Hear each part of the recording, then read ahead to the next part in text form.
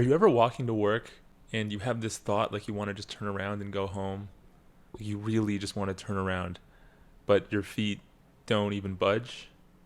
They don't stop for even a second?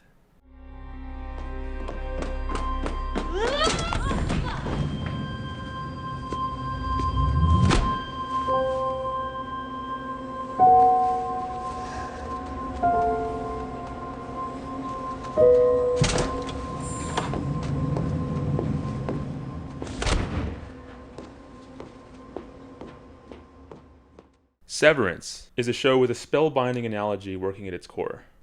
In this world, the version of you at work and the one at home are quite literally separate conscious beings. Office work is a really strange fixture of modern life. It's so incredibly mundane, weirdly dystopian, this odd trap that so many people are enveloped in. This isn't like hell or something? No. Then why the fuck can't I leave? Everyone in an office feels the ritualistic nature of it. There's a palpable disdain for it, and yet those feelings are rarely actually discussed while at work, as if you'd be punished for pointing them out. It's typical Lumen bullshit. Oh, careful, guy. Its conventions make you squirm outside its walls, but with awkward horror you find yourself participating when you're there, desperate for any point of connection with the people around you. Thank you for taking the welcome survey. I can sense that the questions made you feel afraid or disoriented. Well, the good news is you're at an orientation. The more seniority people start to have, the more they feel like the architects of the whole thing. The lamer their jokes get, but the louder people seem to be laughing. Nice try, pal, but you said that last time. Fair enough. The goal is to extract productivity towards ends that no one seems particularly interested in, but are unconvincingly, repeatedly talking about as if there's nothing in the world more important. So, Cat 1 numbers, for example, feel a certain way on site. They'll be sort of disconcerting, scary. Scary. I know. My job is to scroll through this spreadsheet and look for numbers that are scary. There's a fear of reprisal, that even though you don't want to be here, if you were removed, your life would fall apart. Well, since this perceptual version of you only exists at Lumen, and quitting would effectively end your life. I mean, in so much as you've come to know it. The dullness of office life has been portrayed in media before, flawlessly. The British Office and Office Space are classics, depressingly true to life. Hello, Peter. What's happening? We have sort of a problem here. Yeah, you apparently didn't put one of the new cover sheets on your TPS reports. But I've never seen that sinister aspect of the lifestyle so effectively reflected as in season 1 of Severance. Like us, the innies, the work personalities, are in the office against their will, toiling for the benefit of the outies, who are giving up significant pieces of their lives to make a living. It forces us to consider how much time we give up for the exact same purpose. Consider what a nightmare it would be to constantly, endlessly be in an office, the beginning of your next day starting the second your previous one ends, and realize how close you are to that already. Rewards at Lumen are trite, insultingly bland, a mocking, infuriating darkness hanging over them. I've got it 96% sorted, which means I've earned 4 of the 5-tier incentives, including the erasers and the finger traps that you see displayed here. There's religious reverence for the founding family of CEOs, the office containing this God-fearing culture in service of the company's elite. Key, chosen one, key. Key, brilliant one, key. Every aspect of the setting, every mystery to be solved, is in service to the clarity of its allegory, to a vicious skewering. And the characters and plot bend around that concept. The innies are trapped here. This is a horror of a life, and they don't want to live this way anymore. They want to know what it is to be outside. Let's burn this place to the ground. A noble goal for any office worker is realizing the freedom of leaving it. And that's what this season is about. 4 office workers just trying to find a way to quit their jobs. With the analogy as its bedrock, the plot and characters soar, culminating in a jaw-dropping finale that promises to flip the show's world upside down. Unfortunately, the depths of its mysteries and a fanatical fandom resulted in a change in direction and conviction going into season 2. Welcome back, Marcus. Been a minute. I mean, when I was talking about season 1, I didn't even have to mention a single character's name to sell what was so great about it and why it worked so well. When discussing season 2, that's not going to be possible. Because in season 2, the laser-focused, brutal stylization of an office stops mattering.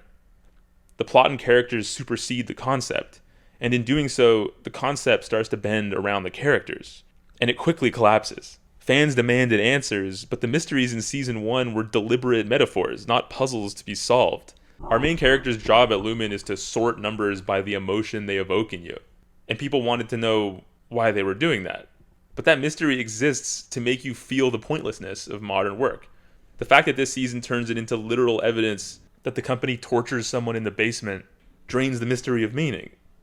Lumen shifts from an uncanny allegory of corporate evil into a cartoon. It can't fire its main characters anymore, and it loses its allegorical power. Suddenly, it's a bumbling villain with a master plan. Cold Harbor is the last. Tomorrow will be your final day at Lumen. You will have served your purpose. Not a mirror of real-life global supercorporations. It's threatened by Mark, the chosen one, no longer just a worker, but the most important person in the whole company. Mundanity is traded for bombast and action. Lame office jokes for slick one-liners. Devour feculence. It means eat shit. What was subtle is now loud and chaotic. As the show loses focus on its concept and the plot takes center stage, the narrative starts to suffer badly and noticeably. The first season was all about how to get out of here, but this one likes its characters and setting just a little bit too much. The audience and creators seem to have both fallen in love with office hijinks.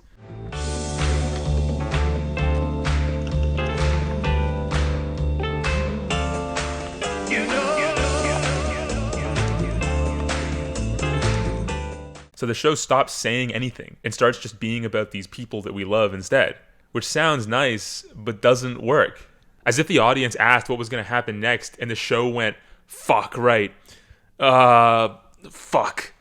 Miss Cobel, Mark's sinister superior from the first season, is the most famously shit and confounding part of the whole thing, even if you ignore the huffing gas in an Ocean Shack episode.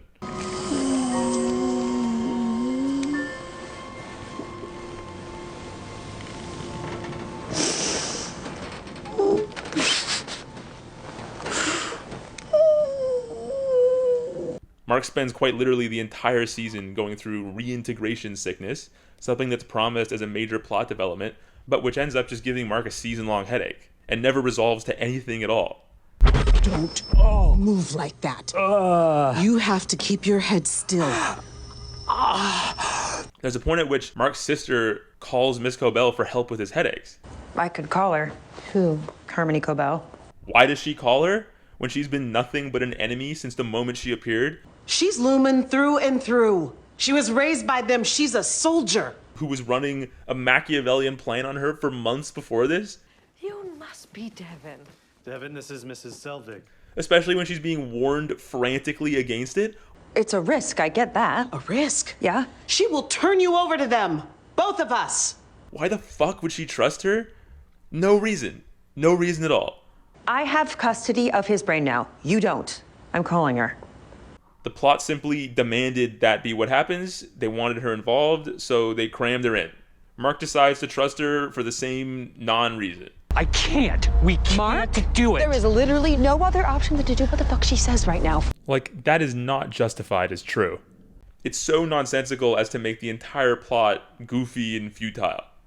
Moments from the first season are remixed and made bigger in clear pandering to fandom and a vapid need to make you cheer like you did the first time.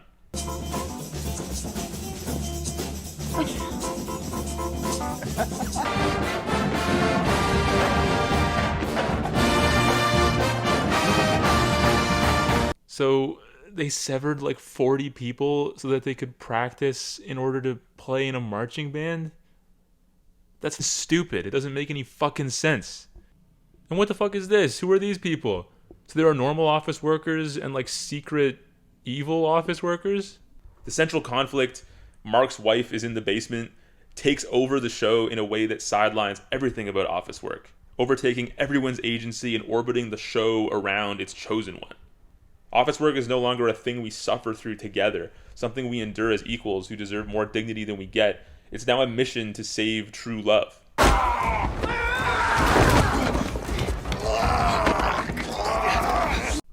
Severance, a show that I respected so much and was happy to be immersed in, became a parody of itself so quickly that it's almost ironic.